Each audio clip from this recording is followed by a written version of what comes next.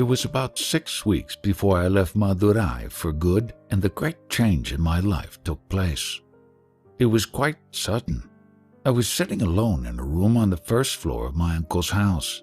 I seldom had any sickness, and on that day there was nothing wrong with my health. But a sudden, violent fear of death overtook me. There was nothing in my state of health to account for it, and I did not try to account for it or to find out whether there was any reason for the fear.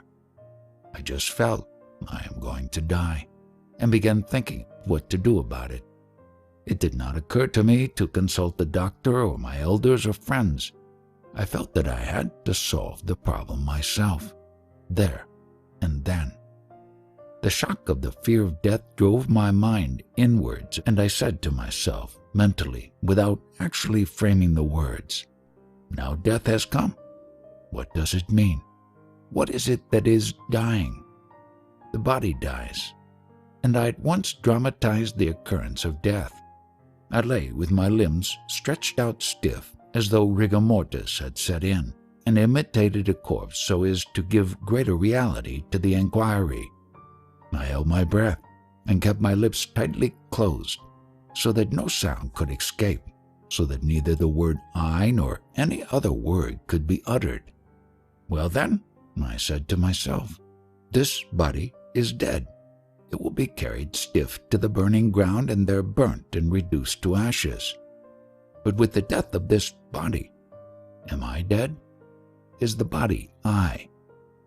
It is silent and inert, but I feel the full force of my personality and even the voice of the I within me apart from it. So I am spirit transcending the body. The body dies, but the spirit that transcends it cannot be touched by death. That means I am the deathless spirit." All this was not dull thought. It flashed through me vividly as living truth which I perceived directly, almost without thought process. I was something very real, the only real thing about my present state, and all the conscious activity connected with my body was centered on that I. From that moment onwards, the I, or self, focused attention on itself. By a powerful fascination, fear of death had vanished once and for all. Absorption in the self continued unbroken from that time on. I had read no books except the Periya Puranam, the Bible in bits of Tayumanavar or Theravaram. My conception of Iswara was similar to that found in the Puranas. I had never heard of Brahman, Samsara, and so forth. I did not yet know there was an essence or impersonal real underlying everything, and that Iswara and I were both identical with it. Later at Tiruvannamalai, as I listened to the Ribhu Gita and other sacred books, I learned all this, and found that the books were analyzing and naming what I had felt intuitively without analysis or name. Buddha is said to have ignored questions about God. Yes, and because of this he has been called an agnostic. In fact, Buddha was concerned with guiding the seeker to realize bliss here and now, rather than with academic discussions about God and so forth. Is the study of science, psychology, physiology, etc. helpful for attaining yoga liberation or for intuitive understanding of the unity of reality? Very little. Some theoretical knowledge is needed for yoga and may be found in books, but practical application is what is needed. Personal example and instruction are the most helpful aids. As for intuitive understanding, a person may laboriously convince himself of the truth to be grasped by intuition, of its function and nature, but the actual intuition is more like feeling and requires practical and personal contact. Mere book learning is not of any great use. After realization, all intellectual loads are useless burdens and are to be thrown overboard. What use is the learning of those who do not seek to wipe out the letters of destiny from their brow by inquiring, "Whence is the birth of us who know the letters?" They have sunk to the level of a gramophone. What else are they, O Arunachala? It is those who are not learned that are saved, rather than those whose ego has not yet subsided in spite of their learning. The unlearned are saved from the relentless grip of the devil of self-infatuation. They are saved from the melody of a myriad of whirling thoughts and words. They are saved from running after wealth. It is from more than one evil that they are saved.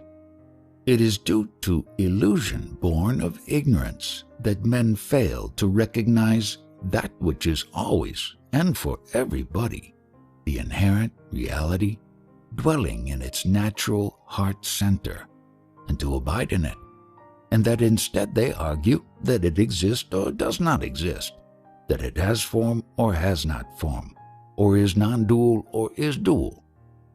Can anything appear apart from that which is eternal and perfect? This kind of dispute is endless. Do not engage in it. Instead, turn your mind inward and put an end to all this. There is no finality in disputations. The scriptures serve to indicate the existence of the higher power or self and to point the way to it. That is their essential purpose. Apart from that, they are useless. However, they are voluminous in order to be adapted to the level of development of every seeker. As a man rises in the scale, he finds the stages already attained to be only stepping stones to higher stages, until finally the goal is reached. When that happens, the goal alone remains and everything else, including the scriptures, becomes useless. The intricate maze of philosophy of the various schools is said to clarify matters and to reveal the truth, but in fact it creates confusion where none need exist. To understand anything, there must be the self. The self is obvious, so why not remain as the self? What need to explain the non-self? I was indeed fortunate that I never took to it, i.e. philosophy. Had I taken to it, I would probably be nowhere, but my inherent tendencies led me directly to inquire, who am I? How fortunate! Is Bhagavan's teaching the same as Shankara's? Bhagavan's teaching is an expression of his own experience and realization. Others find that it tallies with Sri Shankara's. When the Upanishads say that all is Brahman, how can we agree with Shankara that this world is illusory? Shankara also said that this world is Brahman or the self. What he objected to is one's imagining that the self is limited by the names and forms that constitute the world. He only said that the world has no reality apart from Brahman. Brahman, or the self, is like a cinema screen, and the world like the pictures on it. You can see the picture only so long as there is a screen, but when the observer himself becomes the screen, only the self remains. Shankara has been criticized for his philosophy of Maya, illusion, without understanding his meaning. He made 3 statements: that Brahman is real, that the universe is unreal, and that Brahman is the universe. He did not stop with the second. The 3rd statement explains the first 2. It signifies that when the universe is perceived apart from Brahman, that perception is false and illusory. What it amounts to is that phenomena are real when experienced as the self, and illusory when seen apart from the self. The self alone exists and is real. The world, the individual, and God, like the illusory appearance of silver in the mother of pearl, imaginary creations in the self. They appear and disappear simultaneously. Actually, the self alone is the world, and I and God. All that exists is only a manifestation of the Supreme. What is reality? Reality must always be real. It has no names or forms, but is what underlies them. It underlies all limitations, being itself limitless. It is not bound in any way. it underlies unrealities, being itself real. It is that which is. It is as it is. It transcends speech and is beyond description such as being or non-being. The Buddhists deny the world, whereas Hindu philosophy admits its existence but calls it unreal. Isn't that so? It is only a difference of point of view. They say that the world is created by divine energy, Shakti. Is the knowledge of unreality due to the veiling by illusion, Maya? All admit creation by the divine energy, but what is the nature of this energy? It must be in conformity with the nature of its creation. Are there degrees of illusion? Illusion itself is illusory. It must be seen by somebody outside it. But how can such a seer be subject to it? So how can he speak of degrees of it? You see various scenes passing on a cinema screen. Fire seems to burn buildings to ashes. Water seems to wreck ships. But the screen on which the pictures are projected remains unburnt and dry. Why? Because the pictures are unreal, and the screen is real. Similarly, reflections pass through a mirror, but it is not affected at all by their number or quality. In the same way, the world is a phenomenon upon the substratum of the single reality which is not affected by it in any way. Reality is only one. Talk of illusion is due only to the point of view. Change your point of view to that of knowledge, and you will perceive the universe to be only Brahman. Being now immersed in the world, you see it as a real world.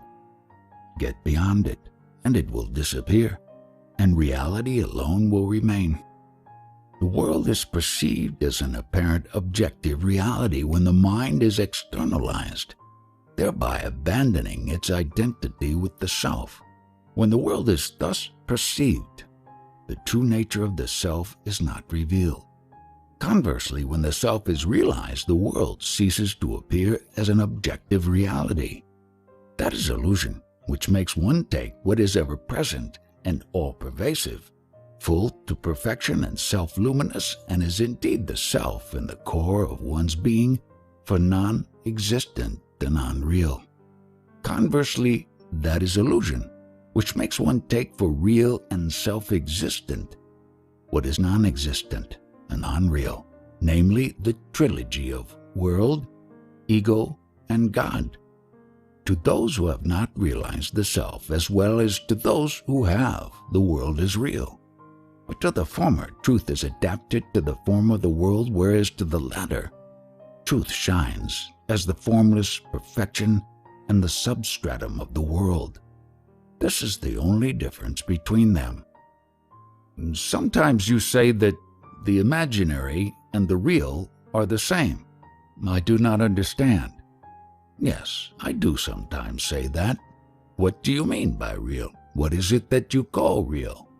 According to the Vedanta, only that which is permanent and unchanging can be called real. That is the meaning of reality.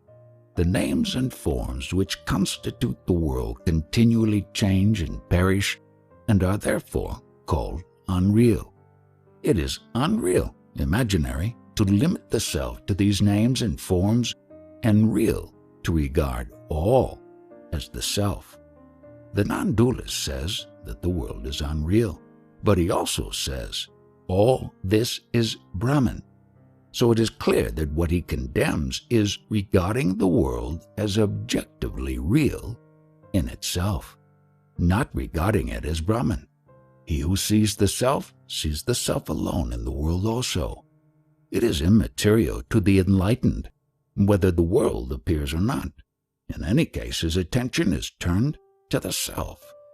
It is the letters and the paper on which they are printed. You are so engrossed in the letters that you forget about the paper, but the enlightened sees the paper as the substratum whether the letters appear on it or not. The Vedantins do not say that the world is unreal. That is a misunderstanding. If they did, what would be the meaning of the Vedantic text? All this is Brahman. They only mean that the world is unreal as world, but real as self. If you regard the world as non-self, it is not real. Everything, whether you call it illusion, maya, or divine play, lila, or energy, shakti, must be within the self and not apart from it. The Vedas contain conflicting accounts of cosmogony. Ether is said to be the first creation in one place, vital energy in another, water in another, something else in another. How can all this be reconciled? Does it not impair the credibility of the Vedas? Different seers saw different aspects of truth at different times, each emphasizing some viewpoint. Why do you worry about their conflicting statements? The essential aim of the Vedas is to teach us the nature of the imperishable self and show us that we are that. About that part I am satisfied. Then treat all the rest as auxiliary arguments or as expositions for the ignorant who want to know the origin of things. I'm copying out the English translation of the Tamil, Kaivalya Navanitha, and I've come across some of the technical terms in which I have difficulty in understanding. Can you help me? These portions deal with theories of creation. They are not essential because the real purpose of the scriptures is not to set forth such theories. They mention the theories casually, so that those readers who wish to may take interest in them. The truth is that the world appears as a passing shadow in a flood of light. Light is necessary, even to see the shadow. The shadow is not worth any special study, analysis, or discussion. The purpose of the book is to deal with the self, and what is said about creation may be omitted for the present. Vedanta says that the cosmos springs into view simultaneously with him who sees it, and there is no detailed process of creation. It is similar to a dream, where he who experiences the dream arises simultaneously with the dream he experiences. However, some people cling so fast to objective knowledge that they are not satisfied when told this. They want to know how sudden creation can be possible, and argue that an effect must be preceded by a cause. In fact, they desire an explanation of the world that they see about them. Therefore, the scriptures try to satisfy their curiosity by such theories. This method of dealing with the subject is called the theory of gradual creation. But the true spiritual seeker can be satisfied with instantaneous creation. The individual being, which identifies its existence with that of life and the physical body as I, is called the ego. The self, which is pure consciousness, has no ego sense about it. Neither can the physical body, which is inert in itself, have this ego sense. Between the two, that is between the self, or pure consciousness, and the inert physical body, there arises, mysteriously, the ego sense, or I notion, the hybrid which is neither of them, and this flourishes as an individual being. This ego or individual being is at the root of all that is futile and undesirable in life. Therefore it is to be destroyed by any possible means. Then that which ever is alone remains resplendent. This is liberation, or enlightenment, or self-realization. Bhagavan often says the world is not outside you, or everything depends on you, or what is there outside you. I find all this puzzling. The world existed before I was born and will continue to exist after my death, as it has survived the death of so many who once lived as I do now. Did I ever say that the world exists because of you? I have only put to you the question, what exists apart from yourself?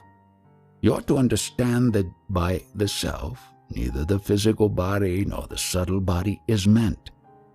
What you are told is that if you once know the self within which all ideas exist, not excluding the idea of yourself, of others like you, and of the world, you can realize the truth that there is a reality a supreme truth which is the self of all the world you now see, the self of all the selves, the one real, the supreme, the eternal self, as distinct from the ego or individual being, which is impermanent. You must not mistake the ego or the bodily idea for the self. Then Bhagavan means that the self is God? You see the difficulty. Self-inquiry, who am I, is a different technique from the meditation, I am Siva, or I am He. I rather emphasize self-knowledge, for you are first concerned with yourself, before you proceed to know the world or its Lord. The I am He or I am Brahman meditation is more or less mental, but the quest for the self of which I speak is a direct method and is superior to it. For the moment you get into the quest for the self and begin to go deeper, the real self is waiting there to receive you, and then whatever is to be done is done by something else, and you, as an individual, have no hand in it.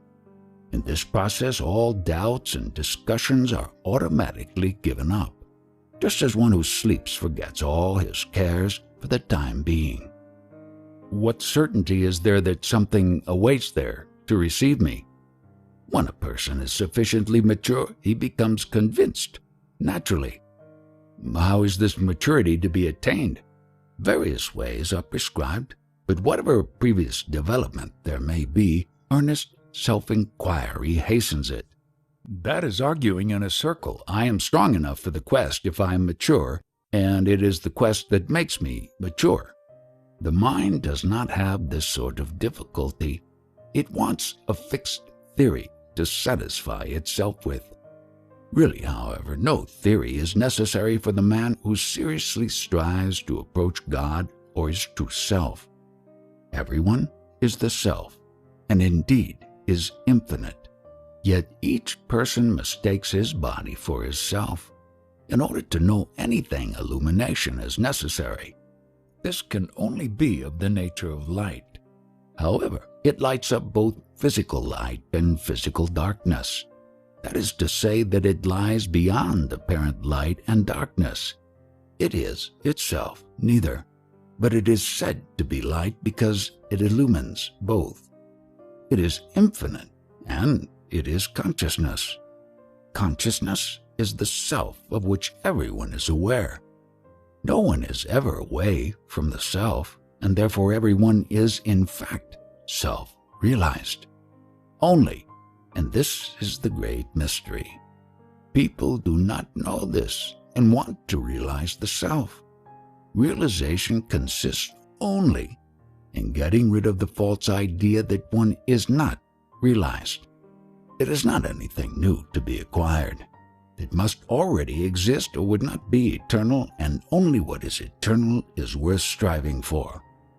Once the false notion, I am the body or I am not realized, has been removed, supreme consciousness or the self alone remains, and in people's present state of knowledge, they call this realization. But the truth is that realization is eternal and already exists here and now. Consciousness is pure knowledge. The mind arises out of it and is made up of thoughts. The essence of the mind is only awareness or consciousness. However, the ego overclouds it. It functions as reasoning, thinking, or perceiving. The universal mind, not being limited by the ego, has nothing outside itself and is therefore only aware. This is what the Bible means by I am that I am. The ego-ridden mind has its strength sapped and is too weak to resist distressing thoughts. The egoless mind is happy, and we see in deep, dreamless sleep. Clearly, therefore, happiness and distress are only modes of the mind. When I seek the I see nothing. You say that because you are accustomed to identify yourself with the body and sight with the eyes. But what is there to be seen, and by whom, and how? There is only one consciousness, and this, when it identifies itself with the body, projects itself through the eyes and sees the surrounding objects. The individual is limited to the waking state. He expects to see something different and accepts the authority of his senses. He will not admit that he who sees, the object seen, and the act of seeing are all manifestations of the same consciousness, the I. Meditation helps to overcome the illusion that the self is something to see. Actually, there is nothing to see. How do you recognize yourself now? Do you have to hold a mirror up in front of yourself to recognize yourself? The awareness itself is the I. Realize it, and that is the truth. When I inquire into the origin of thoughts, there is the perception of the I, but it does not satisfy me.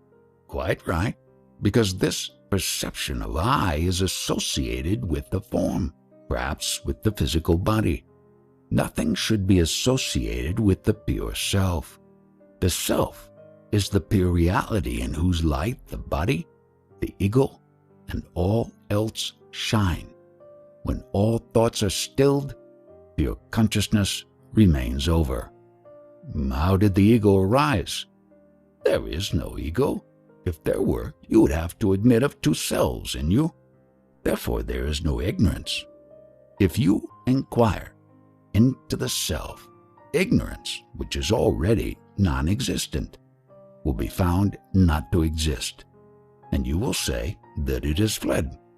Absence of thought does not mean a blank. There must be someone to be aware of that blank.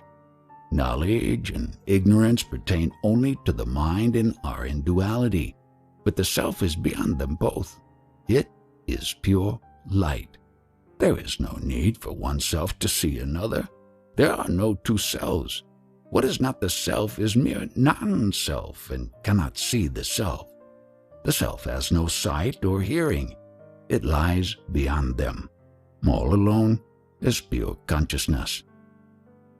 I don't know whether the self is different from the ego. In what state were you in deep sleep? I don't know. Who doesn't know? The waking self? But you don't deny that you existed while in deep sleep. I was and am, but I don't know who was in deep sleep. Exactly. The waking man says that he did not know anything in the state of deep sleep.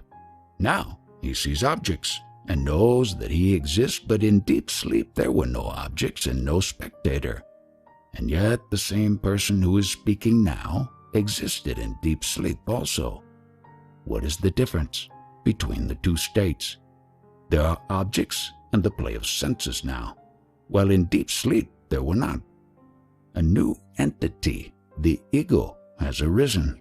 It acts through the senses, sees objects, confuses itself with the body, and claims to be the self. In reality, what was in deep sleep continues to be now also. The self is changeless. It is the ego which has come between. That which rises and sets is the ego.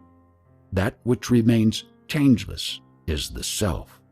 Waking, dream, and sleep are mere phases of the mind, not of the self. The self is the witness of these three states. Your true nature exists in sleep. But we are advised not to fall asleep during meditation. It is stupor which you must guard against. That sleep which alternates with waking is not the true sleep. That waking which alternates with sleep is not the true waking. Are you awake now? No. What you have to do is to wake up to your true state. You should neither fall into false sleep nor remain falsely awake. Though present even in sleep, the self is not then perceived. It cannot be known in sleep straight away. It must first be realized in the waking state, for it is our true nature underlying all the three states. Effort must be made in the waking state and the self realized here and now. It will then be understood to be the continuous self uninterrupted by the alteration of waking, dream, and deep sleep. Do a person's actions in this life affect him in future births? Are you born now? Why do you think of future births? The truth is that there is neither birth nor death. Let him who is born think of death and palliatives for it. Is the Hindu doctrine of reincarnation right? No definite answer is possible. Even the present incarnation is denied. For instance, in the Bhagavad Gita. Isn't our personality beginningless? Find out first whether it exists at all. And after you have solved that problem, ask the question. Namawar says, "In ignorance, I took the ego to be the self. But with right knowledge, the ego is not, and only you remain as the self." Both the non-dualist and the dualist agree on the necessity for self-realization. Attain that first and then raise other questions. Non-dualism or dualism cannot be decided on theoretical grounds alone. If the self is realized, the question will not arise. Whatever is born must die. Whatever is acquired must be lost. But were you born? You are eternally existent. The self can never be lost. They say that we have the choice of enjoying merit or demerit after our death, that it depends on our choice which comes. Is that so? Why raise questions of what happens after death? Why ask whether you were born, whether you are reaping the fruits of your past karma, and so on? You will not raise such questions in a little while when you fall asleep. Why? Are you a different person now from the one you are when you are asleep? No, you are not. Find out why such questions do not occur to you when you are asleep. In the Bhagavad Gita, Sri Krishna first says to Arjuna in chapter 2 that no one was born, and then in chapter 4 there have been numerous incarnations, both of you and me. I know them, but you do not. Which of these two statements is true? The teaching varies according to the understanding of the listener. When Arjuna said that he would not fight against his relatives and elders in order to kill them and gain the kingdom, Sri Krishna said, "Not that these, you or I, were not before, are not now, nor will be hereafter. None was born, none has died, nor will it be so hereafter." He further developed this theme, saying that he had given instructions to the sun, and through him to Ikshvaku. And Arjuna queried how that could be, since he had been born only a few years back while they lived ages ago. Then Sri Krishna saw his point of view and said, "Yes, there have been many incarnations of me and you. I know them all, you do not." Such statements appear contradictory, but they are true according to the viewpoint of the questioner. Christ also said, "Before Abraham was I am." Just as in dreams you wake up after several new experiences, so after death another body is found. Just as rivers lose their individuality when they discharge their waters into the ocean, and yet the waters evaporate and return as rain on the hills and back again through the rivers to the ocean, so also individuals lose their individuality when they go to sleep, or return again according to their previous innate tendencies. Similarly, in death also, being is not lost. How can that be? See how a tree grows again when its branches are cut off. So long as the life source is not destroyed, it will grow.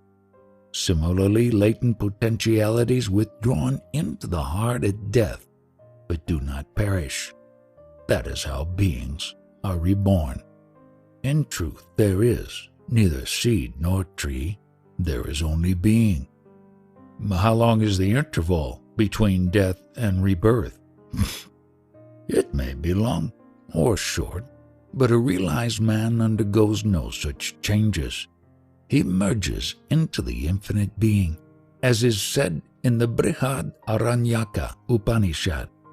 Some say that those who after death take the path of light are not reborn, whereas those who take the path of darkness are born after they have reaped their karma, self-made destiny, in their subtle bodies. If a man's merits and demerits are equal, he is reborn immediately on earth. If the merits outweigh the demerits, his subtle body goes first to heaven, while if the demerits outweigh the merits, it goes first to hell. But in either case, he is later reborn on earth. All this is described in the scriptures, but in fact there is neither birth nor death. One simply remains what one really is. That is the only truth. God, in His mercy, withholds this knowledge from people. If they knew that they had been virtuous, they would grow proud, and in the other case they would be despondent. Both are bad. It is enough to know the self. A competent person who has already, perhaps in a previous incarnation, qualified himself, realizes the truth, and abides in peace as soon as he hears it told to him just once, whereas one who is not so qualified has to pass through the various stages before attaining samadhi, direct, pure consciousness of being. That is to say that a lifetime may be regarded as a day's journey upon the pilgrimage to self-realization. How far from the goal one starts depends on the effort or lack of effort made on the previous days. How far forward one advances depends on the effort of today. A science lecturer from a university asked whether the intellect survives a man's death, and was told, "Why think of death? Consider what happens in your sleep. What is your experience of that?" But sleep is transient, whereas death is not. Sleep is intermediate between two waking states, and in the same way death is intermediate between two births. Both are transient. I mean, when the spirit is disembodied, does it carry the intellect with it? The spirit is not disembodied. The bodies differ. If not a gross body, it will be a subtle one, as in sleep, dream, or daydream. Is the Buddhist view that there is no continuous entity answering to the idea of the individual soul right or not? Is this consistent with the Hindu doctrine of a reincarnating ego? Is the soul a continuous entity which reincarnates again and again, according to the Hindu doctrine, or is it a mere conglomeration of mental tendencies? The real self is continuous and unaffected. The reincarnating ego belongs to a lower plane, that of thought. It is transcended by self-realization. Reincarnations are due to a spurious offshoot of being and are therefore denied by the Buddhist. The human state is due to a mingling of the sentient with the insentient. Is it possible to know the posthumous state of an individual? It is possible, but why try? Such facts are only as real as the person who seeks them. The birth of a person and his life and death are real to us. Because you wrongly identify yourself with the body, you think of the other also as a body. Neither you nor he is the body. But from my level of understanding, I regard myself and my son as real. The birth of the I thought is a person's birth, and its death is his death. After the I thought has arisen, the wrong identification with the body arises. Identifying oneself with the body makes you falsely identify others also with their bodies. Just as your body was born and grows and will die, so you think the other also was born, grew, and died. Did you think of your son before he was born? The thought came after his birth and continues even after his death.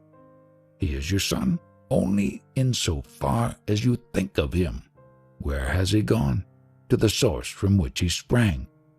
So long as you continue to exist, he does too. But if you cease to identify yourself with the body and realize the true self, this confusion will vanish. You are eternal, and others also will be found to be eternal. Until this is realized, there will always be grief due to false values which are caused by wrong knowledge and wrong identification. On the death of King George V, two devotees were discussing the matter in the hall and seemed upset. Bhagavan said, "What is it to you who dies or is lost? Die yourself and be lost, becoming one with the self of all. Even if I cannot realize in my lifetime, let me have a glimpse of reality at least at the moment of death, so that it may stand in me in good stead in the future." It is said in the Bhagavad Gita, Chapter 8, that whatever is a person's last thought at death determines his next birth. But it is necessary to experience reality now, in this life, in order to experience it at death. Consider whether this present moment is any different from the last one at death, and try to be in the desired state. Why do you say that the heart is on the right when biologists have found it to be on the left? What authority have you? No one denies that the physical organ is on the left, but the heart of which I speak is on the right. That is my experience, and I require no authority for it. Still, you can find confirmation of it in a Malayali book on Ayurveda, in the Siddha Upanishad. Why do we have a place such as the heart to concentrate on for meditation? Because you seek true consciousness. Where can you find it? Can you attain it outside yourself? You have to find it internally. Therefore, you are directed inward. The heart is the seat of consciousness, or consciousness itself. I ask you to observe where the eye arises in your body, but it is not really quite correct to say that the eye arises from and merges in the chest at the right side. The heart is another name for reality, and this is neither inside nor outside the body. There can be no in or out for it, since it alone is. I do not mean by heart any physiological organ or plexus of nerves or anything like that. But so long as a man identifies himself with the body or thinks he is in the body, he is advised to see where in the body the I thought arises and merges again. It must be the heart at the right side of the chest, since every man of whatever race and religion, and in whatever language he may be speaking, points to the right side of the chest to indicate himself when he says I. This is so all over the world, so that must be the place. And by keenly watching the emergence of the I thought on waking and its subsidence on going to sleep, one can see that it is in the heart on the right side. When a room is dark, you need a lamp to light it, but when the sun rises, there is no need for a lamp. Objects are seen without one. And to see the sun itself, no lamp is needed because it is self-luminous. Similarly, with the mind, the reflected light of the mind is necessary to perceive objects, but to see the heart, it is enough for the mind to be turned towards it. Then the mind loses itself, and the heart shines forth. There are said to be 6 subtle organs of different colors in the chest, of which the spiritual heart is said to be the one situated 2 fingers' breadth to the right from the center. But the heart is also said to be formless. Does that mean that we should imagine it to have a form and meditate on this? No, only the quest, who am I, is necessary. That which continues to exist throughout sleep and waking is the same being in both. But while waking there is unhappiness, and therefore the effort to remove it. When asked who awakes from sleep, you say I. Hold fast to this I. If that is done, the eternal being reveals itself. The most important thing is the investigation of the I, and not concentration on the heart center. There is no such thing as the inner and the outer. Both words mean the same or nothing at all. Nevertheless, there is also the practice of concentration on the heart center, which is a form of spiritual exercise. Only he who concentrates on the heart can remain aware when the mind ceases to be active and remains still, with no thoughts, whereas those who concentrate on any other center cannot retain awareness without thought, but only infer that the mind was still after it has become active again. Thoughts suddenly cease, and I rises up equally and suddenly and continues. It's only a feeling, not a thought. Can it be right? Yes, it is right.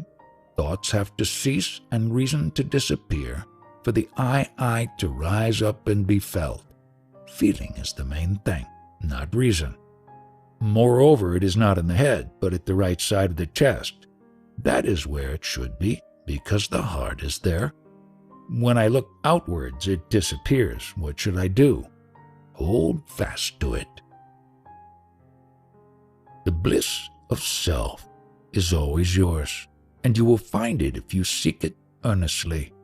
The cause of your misery is not in your outer life. It is in you, as your ego. You impose limitations on yourself and then make a vain struggle to transcend them. All unhappiness is due to the ego. With it comes all your trouble. What does it avail you to attribute the cause of misery to the happenings of life, when that cause is really within you? What can happiness get you from these things extraneous to yourself? When you get it, how long will it last? If you would deny the ego and scorch it by ignoring it, you would be free.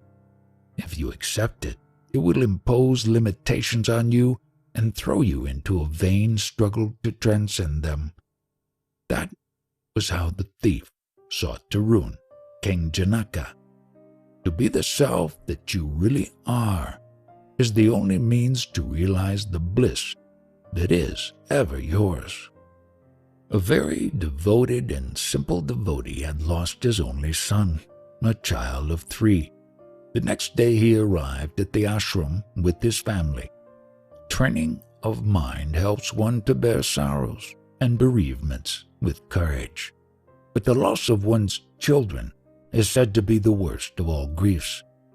Grief only exists as long as one considers oneself to have a definite form.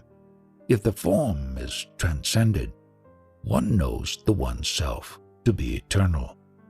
There is neither death nor birth. What is born is only the body, and this is the creation of the ego.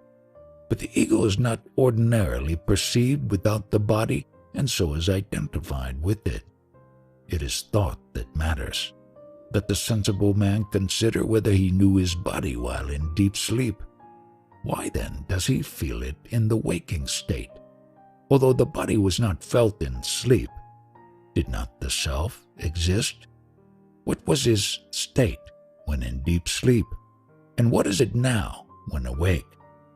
What is the difference? The ego rises up, and that is waking. Simultaneously, thoughts arise. Find out who has the thoughts. Where do they come from? They must arise from the conscious self. Apprehending this even vaguely helps towards the extinction of the ego. The realization of the one infinite existence becomes possible. In that state, there are no individuals but only eternal being. Hence, there is no thought of death or grieving. If a man thinks that he is born, he cannot escape the fear of death.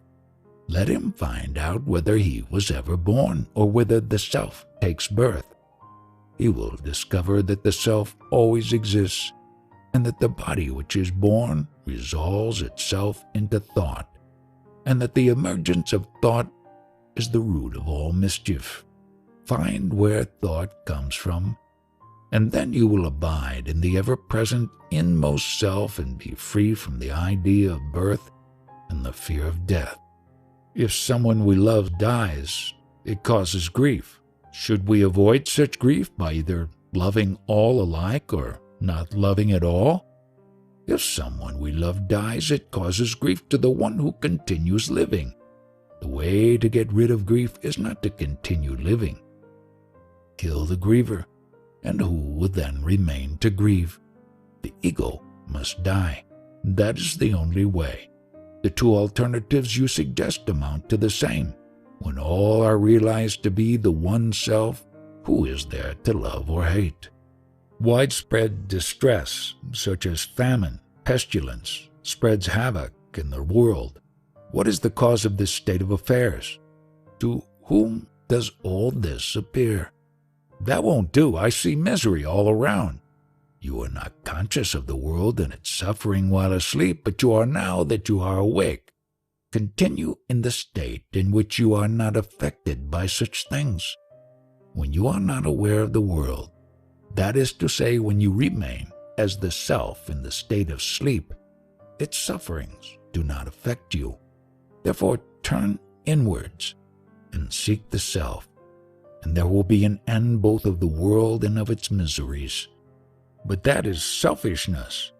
The world is not external to you. Because you wrongly identify yourself with the body, you see the world outside you, and its sufferings become apparent to you. But the world and its sufferings are not real. Seek the reality and get rid of this unreal feeling. There are great men and public workers who cannot solve the problem of suffering in the world. That is because they are based on the ego. If they remained in the self, it would be different. Why don't Mahatmas help? How do you know that they don't? Public speeches, outer activity, and material help are all outweighed by the silence of the Mahatmas. They accomplish more than others. What can we do to ameliorate the condition of the world? If you remain free from pain, there will be no pain anywhere. The trouble now is due to your seeing the world outside yourself and thinking there is pain in it. But both the world and the pain are within you. If you turn inwards, there will be no pain. God is perfect. Why did He create the world imperfect? A work partakes of the nature of its author, but in this case it is not so. Are you something separate from God that you should ask this question? So long as you consider yourself the body, you see the world as external to you. It is to you that the imperfection appears. God is perfection, and His work is also perfection, but you see it as imperfect because of your wrong identification with the body or the ego. Why did the self manifest as this miserable world? In order that you might seek it. Your eyes cannot see themselves, but if you hold a mirror in front of them, they see themselves. Creation is the mirror.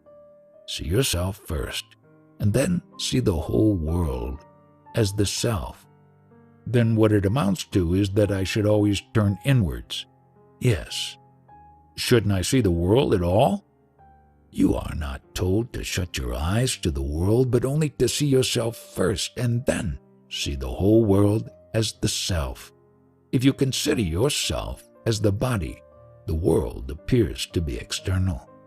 If you are the self, the world appears as Brahman, manifested. I have a toothache. Is that only a thought? Yes.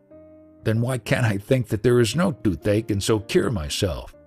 One does not feel the toothache when one is absorbed in other thoughts or when asleep. But it still remains. So strong is man's conviction of the reality of the world that it is not easily shaken off. But the world is no more real than the individual who sees it. At present, there's a Sino-Japanese war going on.